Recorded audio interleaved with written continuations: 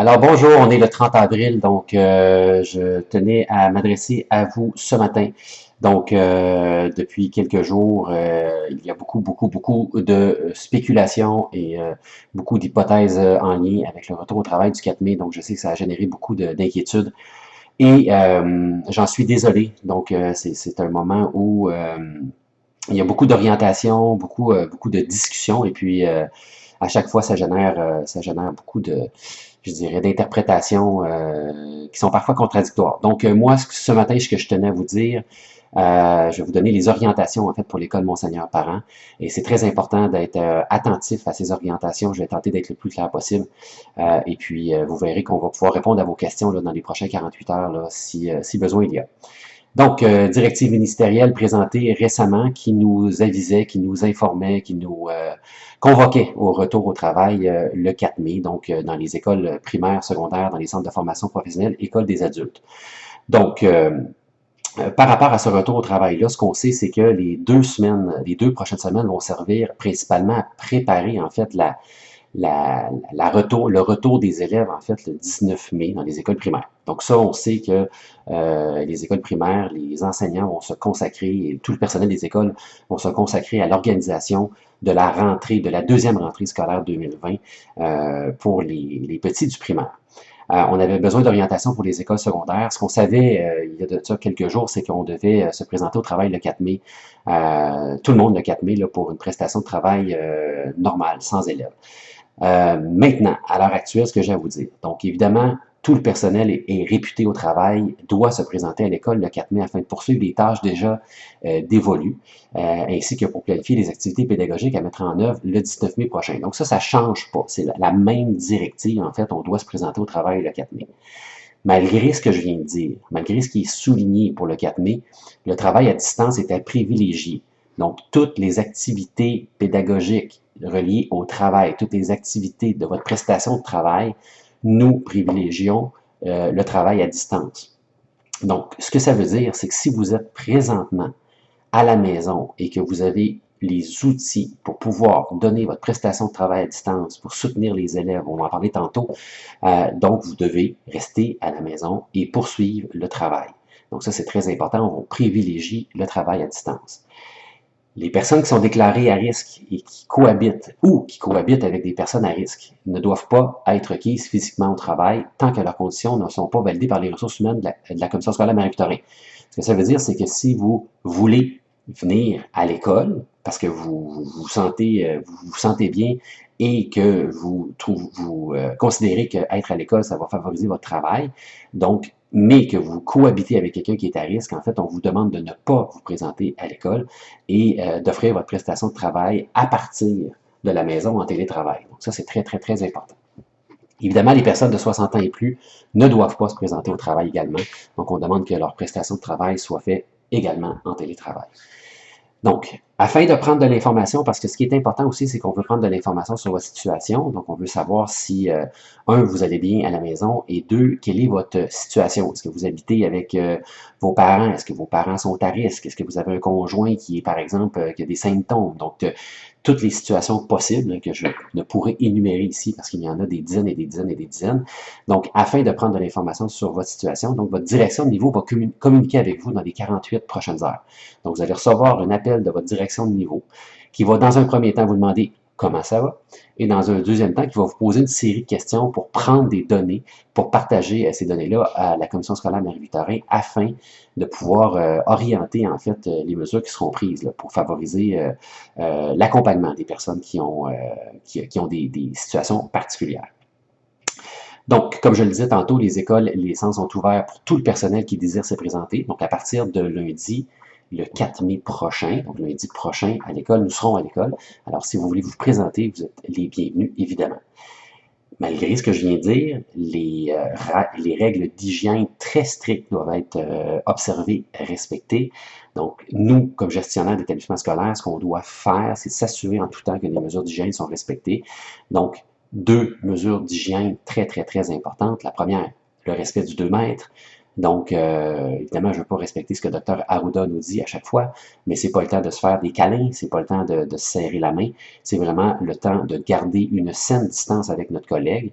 Évidemment, de se partager des bons souhaits, c'est une chose, mais de commencer à engager une discussion pendant plusieurs minutes, voire plusieurs dizaines de minutes avec notre collègue, c'est peut-être pas une bonne chose. Donc, l'idée de venir à l'école Monseigneur Parent, c'est de faire votre prestation de travail et de poursuivre en distanciation sociale, donc de 2 mètres, et évidemment, d'éviter les rassemblements.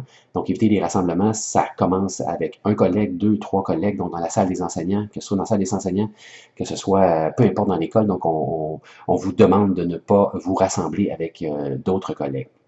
Évidemment, on n'a aucun moyen, vous le comprendrez, de contrôler. On ne se promènera pas dans l'école pour regarder si vous êtes à 2 mètres de votre collègue ou s'il y a des rassemblements. Donc, vraiment, on vous demande une participation collective, c'est-à-dire individuellement, on vous demande de participer au respect de ces règles-là. Donc, c'est de cette manière-là qu'on va rester en santé, puis qu'on va pouvoir continuer d'offrir à distance ou à l'école, en fait, une prestation de travail pour l'accompagnement de nos élèves qui est fort importante. Et en ce sens, ce que je veux vous dire, c'est que ça reste la priorité.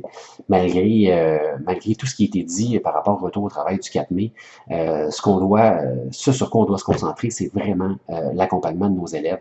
Donc, il est important, il est impératif, il est essentiel. Donc, mettez tous les mots que vous voulez. Il est super important de poursuivre l'accompagnement de nos élèves, particulièrement depuis l'annonce de la fermeture des écoles jusqu'en septembre. Donc, nos élèves, ce que moi j'ai eu comme information, c'est qu'ils sont extrêmement anxieux. Donc, c'est très important de prendre contact avec les élèves dès cette semaine. Donc, vous devez, si ce n'est pas déjà fait, communiquer avec les élèves pour principalement les informer que leur année scolaire n'est pas compromise. Donc, évidemment, ils ont eu la nouvelle comme quoi leur année était terminée. Et pour certains, ce que ça veut dire, c'est qu'il y a beaucoup d'anxiété par rapport à leurs résultats scolaires, par rapport au fait qu'ils vont passer ou non. Le bal des finissants aussi, c'est très, très, très important pour eux. Donc, il y a certaines questions auxquelles on peut répondre, certaines questions auxquelles on ne peut pas répondre. Par exemple, ce qui est important de leur dire, c'est que le soutien pédagogique va être intensifié dans les prochaines semaines. Donc, on va poursuivre l'accompagnement pédagogique, on va poursuivre l'accompagnement des élèves qui sont vulnérables principalement. Donc, un élève, par exemple, à la 2e étape qui aurait des résultats inférieurs à 60, on va prioriser ces élèves-là et on va leur offrir la possibilité de générer, en fait, des traces qui vont permettre aux enseignants, à vous, de peaufiner votre jugement et peut-être d'amener l'élève à une réussite à la 2e étape pour pouvoir le faire passer d'un niveau à l'autre. Donc, ça va être notre principale préoccupation dans les prochaines semaines et c'est très, très, très important de rassurer les élèves sur le fait qu'on est là, qu'on ne les laisse pas tomber, que l'année n'est pas terminée, l'année scolaire n'est pas terminée. Leur présence à l'école, oui, est terminée, mais l'année scolaire n'est pas terminée. Donc, vraiment important de vous concentrer sur cet accompagnement pédagogique-là, de soutenir les élèves et de poursuivre, d'intensifier dans les prochains jours, dans les prochaines semaines, cet accompagnement pédagogique. Donc, voilà. Donc, je pense que ça fait le tour. Je voulais aussi vous demander, si ce n'est pas déjà fait, de vous familiariser avec l'outil Teams. Évidemment, l'outil Teams, ça sera un outil que nous allons privilégier pour se rencontrer, pour faire, pour faire nos réunions. D'ailleurs, à cet égard, vendredi, je rencontre en fait les membres du CPE. Je suis très content de pouvoir être en contact avec certains d'entre vous. Donc, ça commencera avec le CPE vendredi. Donc, très heureux de pouvoir vous rencontrer, chers membres du CPE.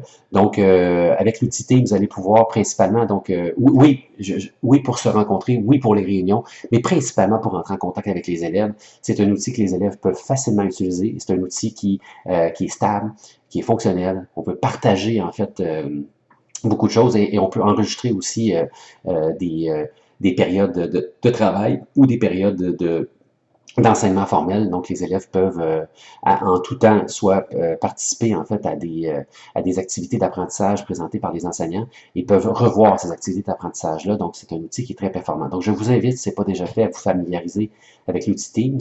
Si vous avez des questions, si vous avez des préoccupations par rapport à cet outil, Jacques Lelièvre est disponible pour répondre à vos questions et s'est offert gentiment dans cette période de confinement pour nous offrir de l'aide. Donc, vous pouvez communiquer par courriel avec Jacques et il va communiquer avec vous soit par téléphone, soit par courriel, ou vous allez faire une petite rencontre Teams et vous présenter les différentes fonctionnalités. Donc, voilà donc ce que je vais vous dire aujourd'hui.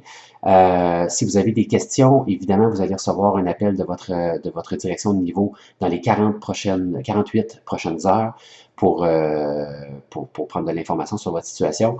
Gardez vos questions pour les adjoints. Quand ils vous téléphoneront, vous pourrez avoir plus d'informations, de détails, de réponses à vos questions. Moi, je demeure disponible. Si vous avez des questions plus précises, je pourrai y répondre. Nous avons de plus en plus de réponses. Il nous reste quand même des grandes zones où on ne pourra pas vous répondre. Mais pour l'instant, ce qu'on avait à vous dire ce matin, c'est les réponses que nous avons. Donc, voilà. Donc, n'hésitez pas à communiquer avec moi. N'hésitez pas à poser des questions à vos adjoints. On demeure disponible comme toujours. Et puis, on se revoit très, très, très prochainement. Merci. Bonne journée à vous.